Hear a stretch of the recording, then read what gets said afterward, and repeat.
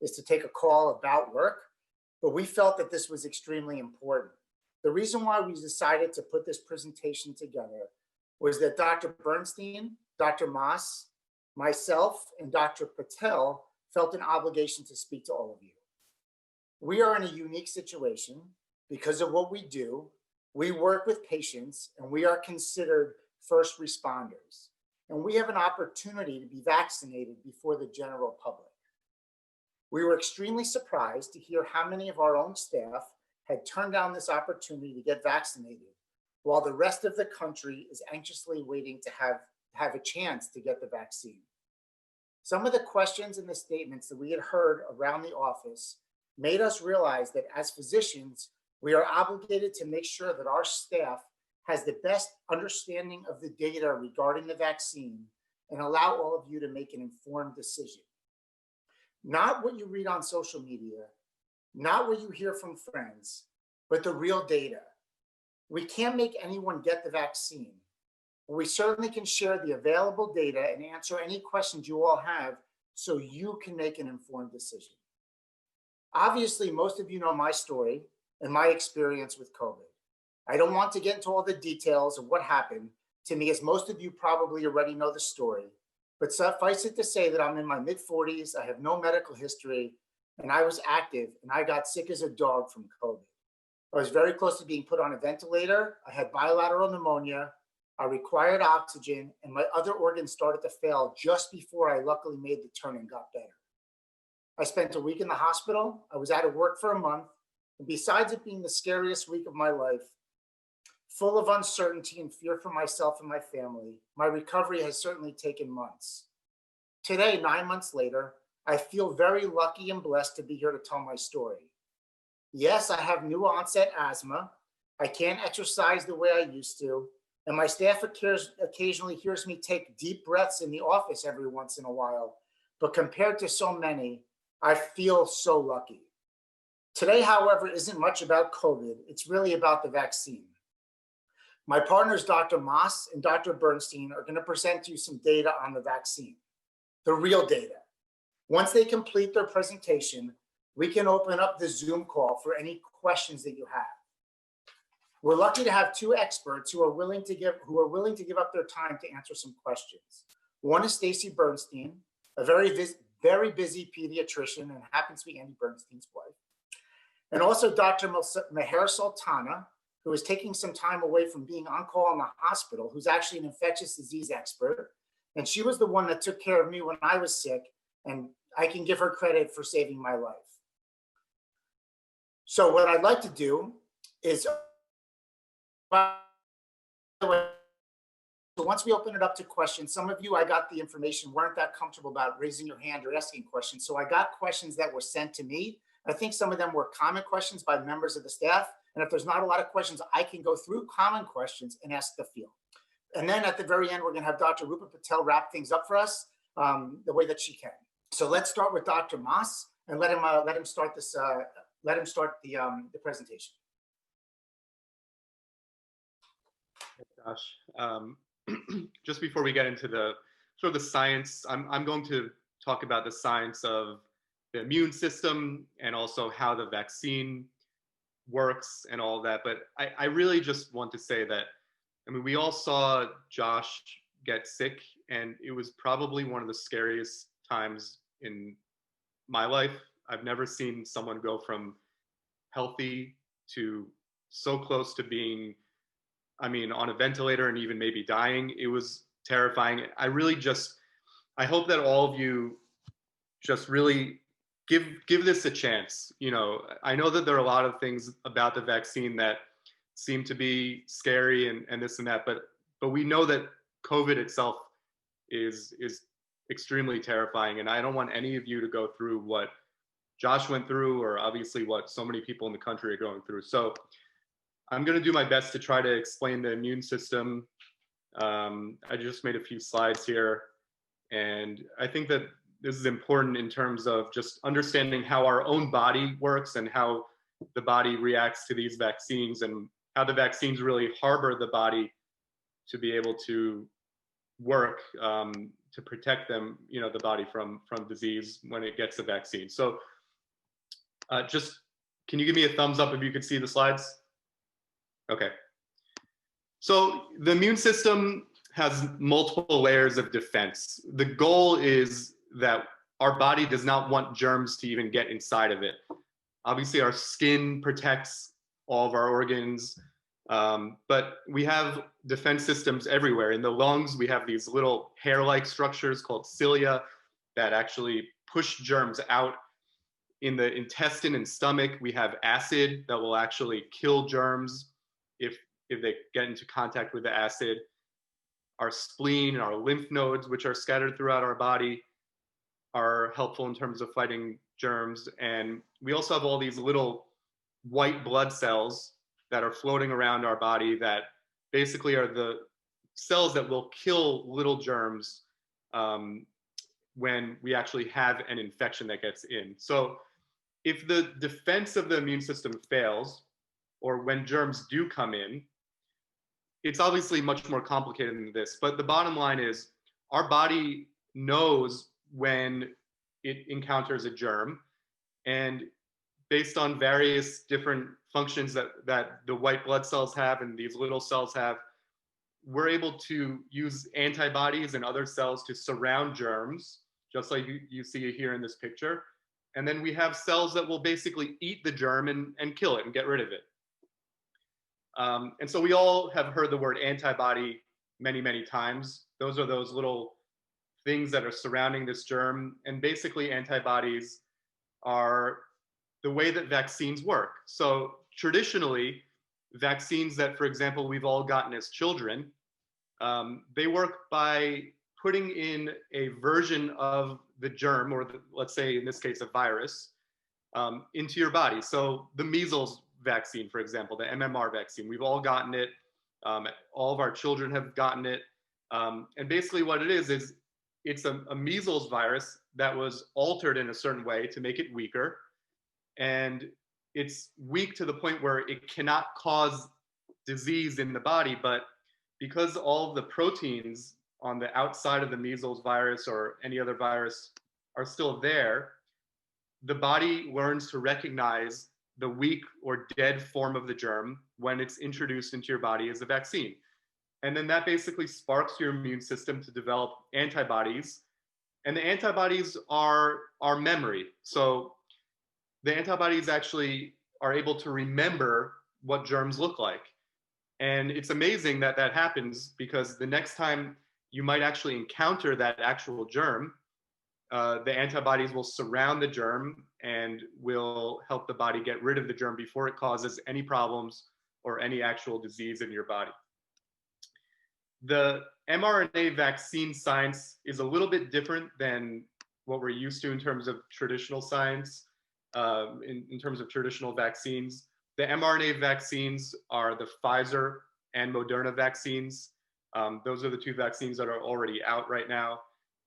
There are a lot of other vaccines that are being worked on and that will probably come out soon, but the ones that are available right now are both mRNA vaccines. So a lot of people think that this technology is new, but it's actually been studied since the 1980s. Actually, they developed these mRNA vaccines for the purpose mostly of getting rid of cancer.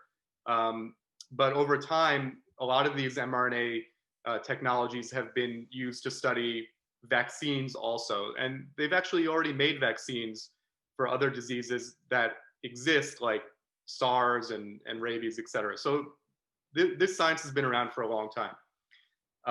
And the reason why these two vaccines, the mRNA vaccines, were the first to come to market is because of how easy they are made and how fast they're able to be made. And not only are they easy and fast in terms of making the vaccine, but you can make each vaccine exactly the same very easily. So that was the primary reason why these are the two that came out first. Because this is actually not a dead or weakened virus, it's just a little strand of genetic code called mRNA, you absolutely cannot get COVID from this vaccine. It's impossible. It's not that you're altering the actual COVID virus in a way. and putting into the body. That's not what this is. It's just a little tiny strand of genetic material, and therefore it's impossible to get COVID from the vaccine.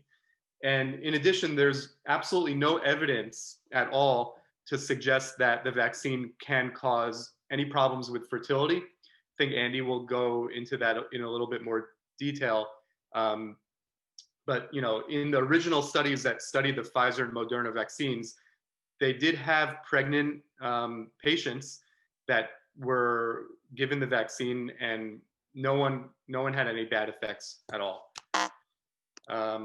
So, specifically the way that the mRNA vaccine works, like I said, you're injecting this little tiny genetic code of the virus into your body, and basically it convinces the body to make a protein called the spike protein that is one of the main components of the coronavirus. So it's literally only making the spike protein, which is essentially this green thing over here. And then basically what the body does is it forms antibodies to the spike protein that will then recognize the virus very, very quickly if you're ever exposed to it. So after you've gotten this vaccine, if you then happen to get exposed to coronavirus itself, you'll have millions and billions of these copies of antibodies, and they'll immediately surround the virus and kill it and push it out of your body before they can possibly cause disease. And we've seen, based on the studies, that people that have gotten the vaccine had a significantly lower chance of getting coronavirus. And even if the 5 or so people that did get coronavirus out of many tens of thousands, they got extremely mild symptoms. Not one person had anything but a mild version of coronavirus. So not only does it prevent you from getting coronavirus to a great extent, if you do happen to get it, you'll get a very, very weak version of it.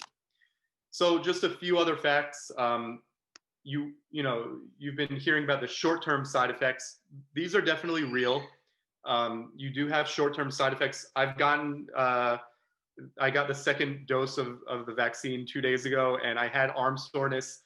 I was tired for a few hours, and it went away in 24 hours. And I think that this is what we've seen, and Andy will show a slide, Dr. Bernstein will show a slide about, all of the side effects that you might expect to get. And the way that I thought about it is that, that it's working if you're getting these things, because basically these side effects are making the body ramp up its immune system. And that's why you're getting soreness at the site of the injection. And that's why you're getting, perhaps fatigue or in some cases even fever. That's just the body responding to the fact that the immune system is ramping up. Another fact is these mRNA vaccines absolutely do not change a person's DNA. They do not incorporate into your genetic code or stay in your body's DNA in any way. It would be impossible for them to do so. In fact, the reason why the vaccines have to be refrigerated to a certain degree is because when they get warmed up, they become very unstable. And so when the mRNA vaccines go into your body, they will go into your cells, but very, very quickly they will disintegrate and basically, they'll just go away very quickly. So they cannot really affect your body in any meaningful way long term. And this is probably the reason why, obviously we don't have long-term data, but this is the reason why no one thinks that there should be any long-term side effects from these vaccines. Another fact is we hear about all these variants of coronavirus on the news. The coronavirus keeps changing their mutations, the UK strain, the South Africa strain, et cetera. And it has been shown, at least at this point, that these vaccines are good enough to fight any of the strains that exist right now. And a lot of people think that any of these mutations or different strains will be actually killed by the vaccine. And so we don't have to worry that, well, if I get the vaccine today, will a strain in 3 months from now not be effective in terms of the vaccine? It seems that like the vaccines are actually going to be able to prevent any of these coronavirus mutations or variants from getting you sick. The final fact that I have is that the coronavirus vaccine can end the pandemic much, much sooner, with much, much fewer lives lost. And this could especially help people in the high risk groups. Of course, a lot of us on this call are young and, you know, are probably not perhaps too fearful of getting coronavirus, because we know that it does sometimes cause mild disease in young, healthy people. But all you have to do is look at Josh and see a young, healthy person who got really sick. And, you know, we all have parents and grandparents who are older and have medical problems, and just based on their age alone, significantly can get very sick. And so that's one of the reasons why I think it's so important for us to get this vaccine, to help not necessarily yourself, but to help those around you that might be vulnerable. So that's what I have, and I'll give it over to Andy now. And I really thank you guys all for coming tonight.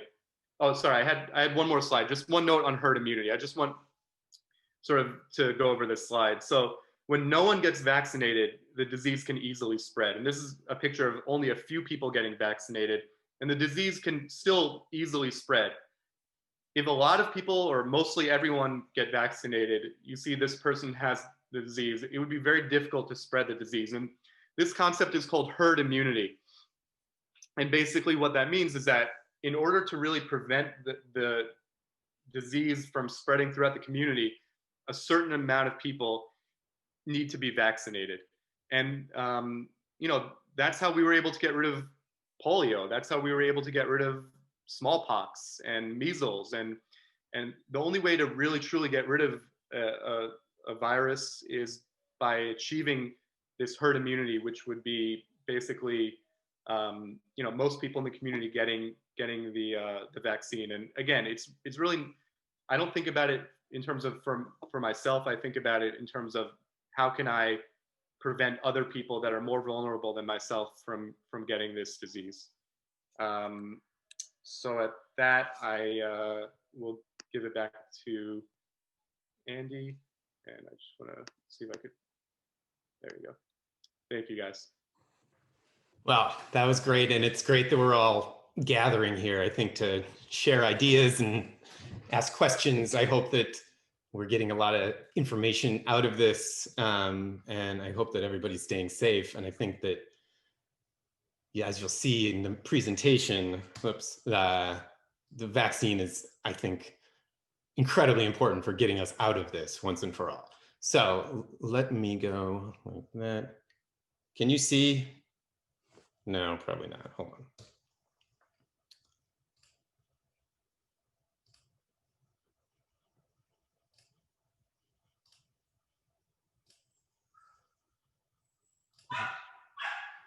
Sorry, hold on a second.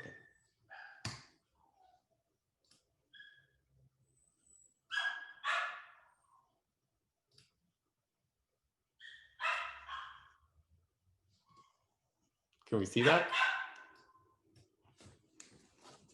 No. Hold on.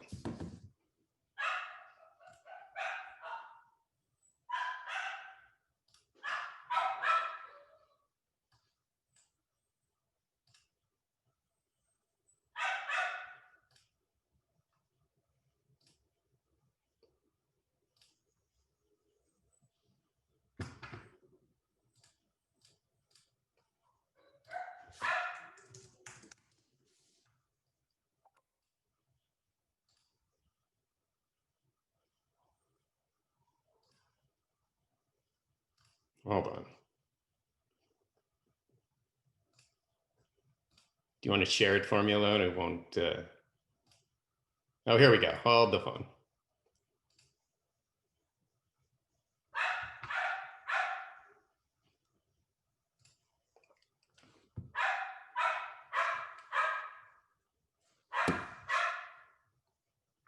Can you guys hear me? Okay, great. Okay, so I titled my my little presentation here, COVID vaccine, trusting the science and getting us back to normal. And as far as I can see, it is our best way out of this. The things that we need to end this pandemic are treatment, which admittedly is getting better every day. Some of the experimental drugs are starting to work a little bit better, and science is showing us that. But it's far better if we can prevent getting the disease. And everybody knows all these words, wearing our masks, social distancing, contact tracing, herd immunity, which Dr. Mass presented before, and the vaccination, which is tonight's topic. We know for certain that this is extremely effective at preventing people from getting really sick, which is paramount. I think that the general gist of things is that the vaccine ought to prevent actually getting the disease and actually transmitting the disease. That hasn't been proven yet, but I think it's headed in that direction. This will be a little repetitive, but the reason I put up the polio vaccine headline here is that people are concerned they could get COVID from the vaccine. Some people got polio from the polio vaccine, which is a long, long time ago. And as Dr. Mass mentioned, it's just a tiny little bit of genetic material in the current vaccine. It is not the entire virus. So there's absolutely no way to get the disease. Another reason is people are concerned about side effects. You can see this chart here. And if you label things specifically as side effects like fever, headache, myalgia, pain in your arm, then it's true. There are going to be side effects, but as he mentioned, the side effects are actually signs that this vaccine is working. And I think if we see it all in the big picture here, having a sore arm for a day or feeling a little worn out that evening is a really small price to pay for ending a global pandemic and getting us back to regular life where we can eat out and travel and do all those sorts of things. There are allergic reactions that can happen with any drug, medicine, et cetera. But the staff at all these vaccination centers is great in terms of keeping an eye on you for the 15 to 20 minute period afterwards to make sure that nothing like that happens.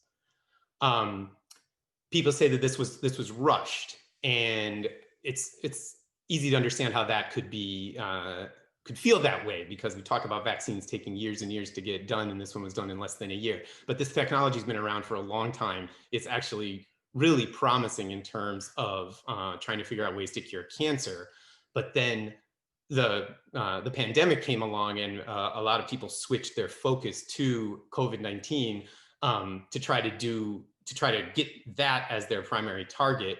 And obviously, the United States and governments around the world poured money and support to get it done. It's important that it went through all the normal protocols. So it went through phase 1, phase 2, and 3 testing. 70-some thousand people were given the vaccine or placebo, were followed very closely, and it went through all of those normal channels. People are concerned that it could, quote unquote, change their DNA. Already mentioned, but deserves repeating, that mRNA vaccines, they don't integrate into your cells. They just cause your cells to make an antibody, and then it goes away. One of the research guys that I was watching compared it to Snapchat. It takes a picture, takes care of your problem, and then it disappears. There's a lot of questions about fertility. We do male fertility. We don't know a lot about, we're not fertility experts as urologists, but the Society of Reproductive Medicine does not recommend withholding the vaccine for anybody who is planning to get pregnant, is pregnant, or lactating. And people undergoing fertility treatment are encouraged to receive the vaccine as well. In those the studies, there were 23 people did become pregnant during the trial, there was one miscarriage, but it happened in the placebo group. There's, I think there were things that were circulated on the internet that one of the proteins in the spike protein, which is on the edge of the cell, is similar to a placental protein. They say that there are similarities, but that there's no evidence that there's any relationship to the placenta itself. Pregnant women who get COVID-19 get really, really sick. So being vaccinated with a 95% chance of not getting sick would be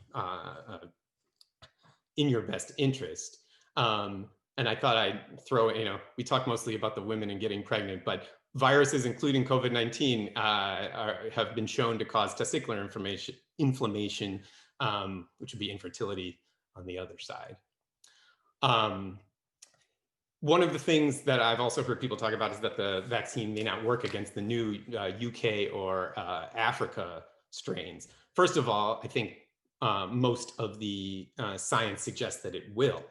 But because of the way that vaccines mutate, it is the concept here is that if we can do our best to eradicate the one that we have now, that will give it less chance to survive and less chance to mutate to turn into the new variant. So reasons why it makes sense for us to vaccinate our staff specifically is that we have jobs where we see a new person every few minutes, and we all know that try as we might, the patients and families, they don't always listen to us. Keep your masks on, stay 6 feet away. So another tool to protect ourselves is critical. Our patients, they don't need to be tested to come to the office. And I've had it, and I'm sure most of my colleagues have had it, where I saw a patient on Monday, and then Wednesday it turned out he tested positive. So we have no way of knowing that. Best to be protected. And we as physicians, as people who are seeing people on a daily basis in our offices, we are not low risk.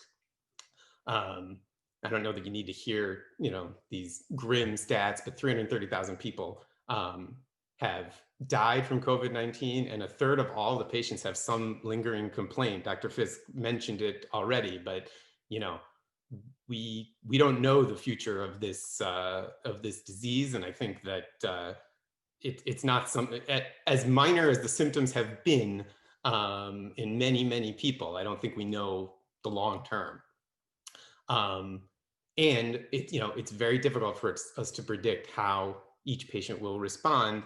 We hear about pre-existing conditions. There's evidence of blood type, gender, weight, and then there's a whole box of unknown reasons why you may or may not get really sick from COVID-19.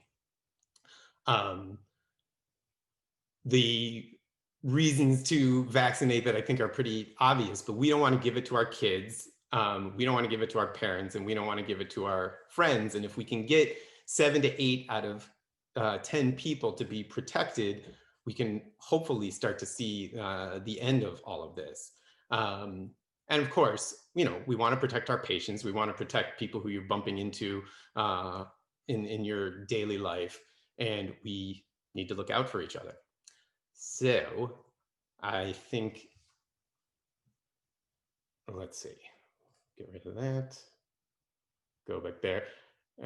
Josh, you want to take some questions? Let's see. Andy, can you unmute Meher Sultana? Yep. And can you unmute Stacy Bernstein? Yep. These are pictures of our team getting vaccinated, and me actually vaccinating my wife and alone getting vaccinated. So we thought we'd share these as well. So is Meher, are you there? I can't hear you, Meher. I think you have to unmute it. Are you unmuting? Yeah, what's It says Ahmed phone. There she is. Hey, Meher. Oh. Hi. How are you? Good. How are you? Thank you for joining us. And is Stacy Bernstein here? I'm here. All right. Hey, Stacy. So Dr. Sultan and Dr. Bernstein are really people that deal with vaccines much more than the dumb urologists on this call that try to pretend like we know some science. So I thought maybe I would first ask either Dr. Sultan or Dr. Bernstein, is there anything you'd want to add to that presentation before I start to give you some of the questions that were asked? Or we could have anyone want to ask any questions in the chat box, they can go ahead and text that as well. So I'll start with Dr. Sultan. Anything you have to add to the presentation? The only thing I want to tell, I get this question every day in the hospital. All I tell them, one statement: you want COVID or you want to take the vaccine? Because in the hospital, it's easy for the staff to convince them how important the vaccine is, because they're all seeing the detrimental effect of COVID, because we see the worst in the hospital, right? So we are seeing it. So that's what I tell them, we're seeing this and this is so bad. So everybody is at risk of getting COVID at some point in their life. So it is important that we take the advantage of getting this vaccine. And it's very, very important. I mean, I can't say more. It's just because we are lucky enough to get this as a first responders, that we have this access to this vaccine, and we have to make it, best use out of it. So that's all I can tell. I mean, I'm ready to take any questions, but yeah. Stacy, you have anything, since you have such experience with vaccines and giving them you want to add something too? I could just say one thing, I know, and Dr. Bernstein spoke about, and Dr. Mass spoke about herd immunity. And, it would be great if we could achieve herd immunity from a mass vaccination. Our other option, which is a horrible option, if you want to achieve herd immunity by getting disease, that would mean at least 70% of our population would have to get COVID. So you could look at that and look at how many people will die and suffer to achieve herd immunity that way. And nobody wants that. So if you want to, get back to your normal life, sooner without, having somebody in your family member, someone in your family, succumb to this disease, this is really the only way. This herd immunity is how we have gotten rid of many, many, many diseases, on our planet. I mean, I am fortunate enough, I still give the polio vaccine every day. I mean, I am also fortunate enough that I've never seen polio, but I have a cousin who Dr. Bernstein, my husband, also knows, who had polio as a child.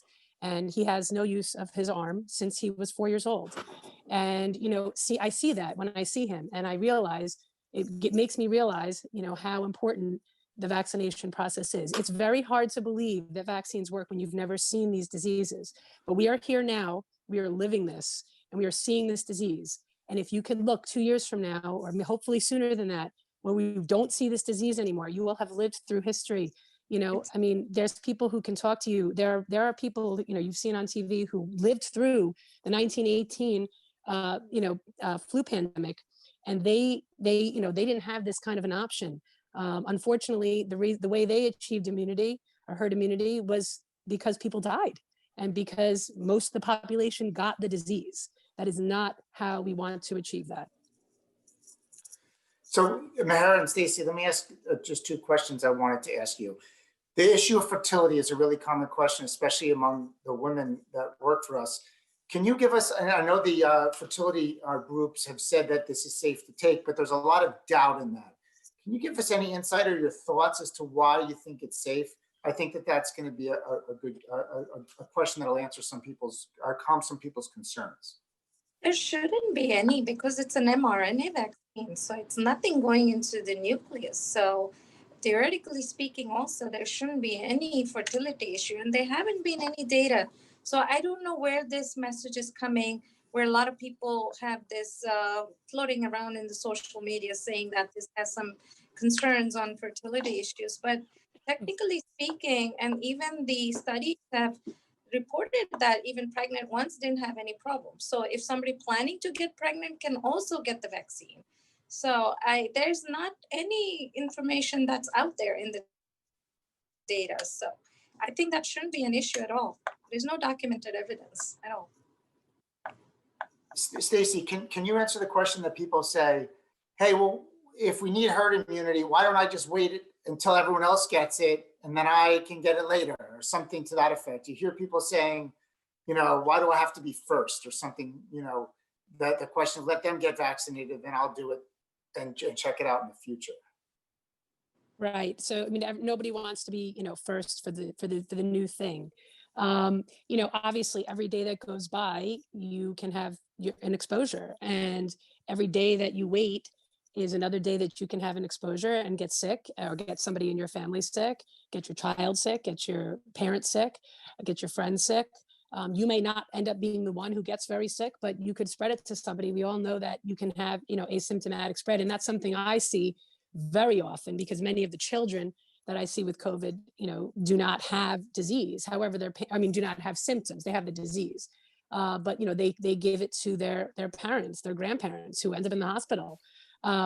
So every single day that goes by that you're not vaccinated, unless you are never leaving your house, which none of us are, obviously that's an impossible thing, you are putting yourself at risk for this disease. And we do not know, the long-term effects of having it, whether even if you're asymptomatic. We don't know that down the road, there might not be some problems that you suffer from because you had this disease, including children. There's some misinformation out there that, well, in the beginning, that children don't get it and they're going to be fine. And, and fortunately, for the most part, they are. But there are definitely children and adults who are healthy who are, having horrible consequences from this.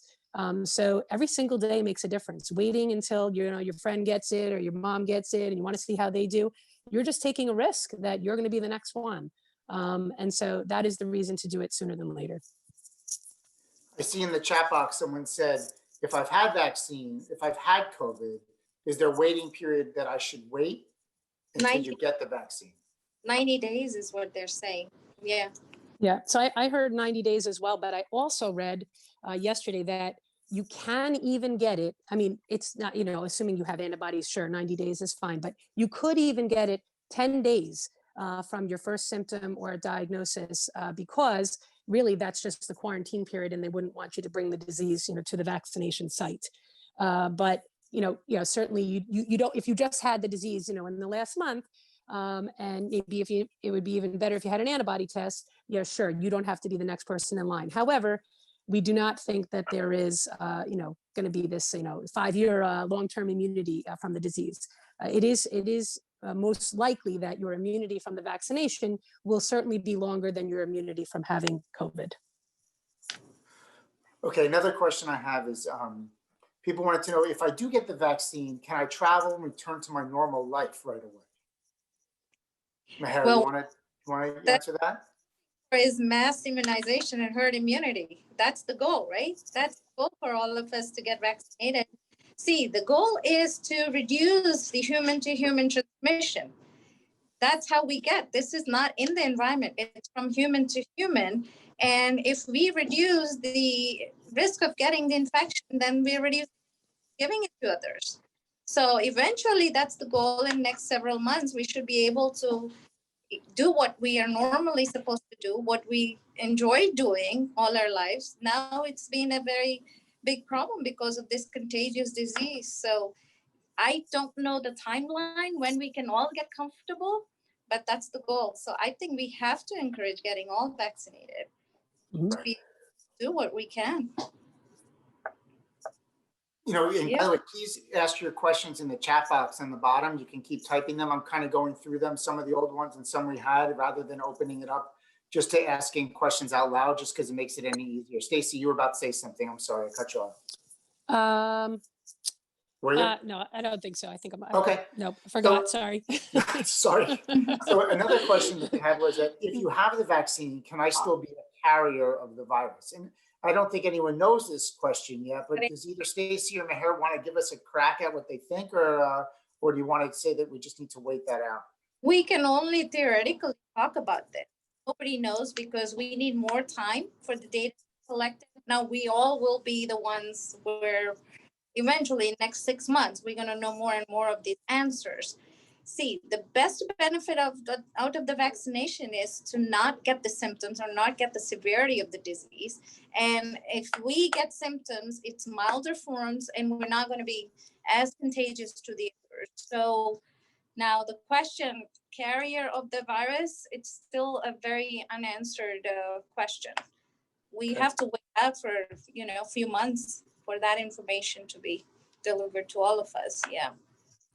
Someone Right. And asked me. to her Sorry, point, go ahead, I'm Stacey. sorry. I was going to No. say, and to her point, obviously agree with everything she said. This is an unknown, and I get this question all the time at work. But to that point, you cannot change your behavior after your vaccination. You're basically going to continue as you were with masks and social distancing, but you can now hopefully be assured that you have just received a vaccination that is 95% effective, so that you will not get severe symptoms or sick if you come in contact with it. So that is the huge benefit there, right? So, but we can't change our behavior most likely until we achieve, near herd immunity or herd immunity. I'm going to take just a couple more questions. I saw two things show up on the box. I thought they were good questions. One is any difference between Moderna and Pfizer, number one, and number two, how good do you think those trials were? And then lastly, they're all kind of grouped together, is do you think this will need to be an annual vaccine, or do you think it's going to be one vaccine and we won't need it for a longer period of time and maybe never need another shot? Stacey, Meher, either one? I can go for the third part, but I'm gonna defer to Dr. Sultana for the first two parts. Go ahead. So I can just touch on the longevity of the vaccine. But in terms of what I've read, I mean, there's some studies suggesting possibly 3 to 5 years. However, that all depends on, how this virus mutates and how it changes, much like the flu shot. We all know, why do we get a flu shot every year? Well, that's because the flu virus does mutate a little bit. So they change the vaccine very easily, which is great, to try to match the virus that is going to show up in that season. And the flu vaccine itself lasts about 6 months, so that's different. But we don't really know, how long specifically. But hopefully there is some longer vaccination effect in terms. Perhaps we have to get it every year. I mean, perhaps we don't need a booster every time. I mean, there's so many unknowns. I would imagine, just based on the fact of what type of virus it is, respiratory virus. I mean, I imagine, and Dr. Sultana, please feel free to correct me, but I imagine that you'll probably need future vaccinations at some point. I think there will be some waning of the immunity. They may have a timeline as to when they need the repeat dose, but they're saying that it's a long-lived immunity, but we're going to know more and more. Yeah. And protection from the vaccine, the antibody titers they got from both Moderna and Pfizer studies, they have been pretty promising. So even the ones they got exposed to infections, they have gotten very mild disease. So it's pretty impressive data. And that's why I was very excited when I got my vaccine. And that was the best day in many, many months that I have gone through. So this is very promising. And I do say that we should all encourage, even people who we come across with. Josh, you're doing the best job here, because I do see in the hospital also the staff questioning repetitively the same question over and over again, is the safety and how comfortable people are. And a lot of conception here is, are we the guinea pigs here? No one is a guinea pig, because the studies have been done, the 40,000 patient population who were volunteers. I mean, the side effect profile is also very tolerable. I got my second dose 2 days ago. I mean, I had fever, chills just for a day. I'm pretty good back in work again. So it's a good feeling now. Not that I'm giving up my mask or social distancing. I'm going to keep doing everything, but I'll be more comfortable, not be worried every minute. Like, I take off my mask and I'm so worried in the hospital. So that's a little bit of relief that we have. But with everybody getting vaccinated, we all can do this. We all can do this. Okay. So listen, I think I can't thank. I know you're still at work, Dr. Sultana, seeing patients in the hospital, which is crazy. I think I'm going to pass it over to Dr. Patel, who's in the USA group, to run. And Stacey, we can't thank you guys, Stacey, Dr. Bernstein and Dr. Sultana, for taking your time to educate our staff and for what you guys are doing. And I'm going to let Dr. Patel wrap things up a little bit here for us so everyone can go enjoy their families and get ready for a long day of work tomorrow, I'm sure. So go ahead, Rupa.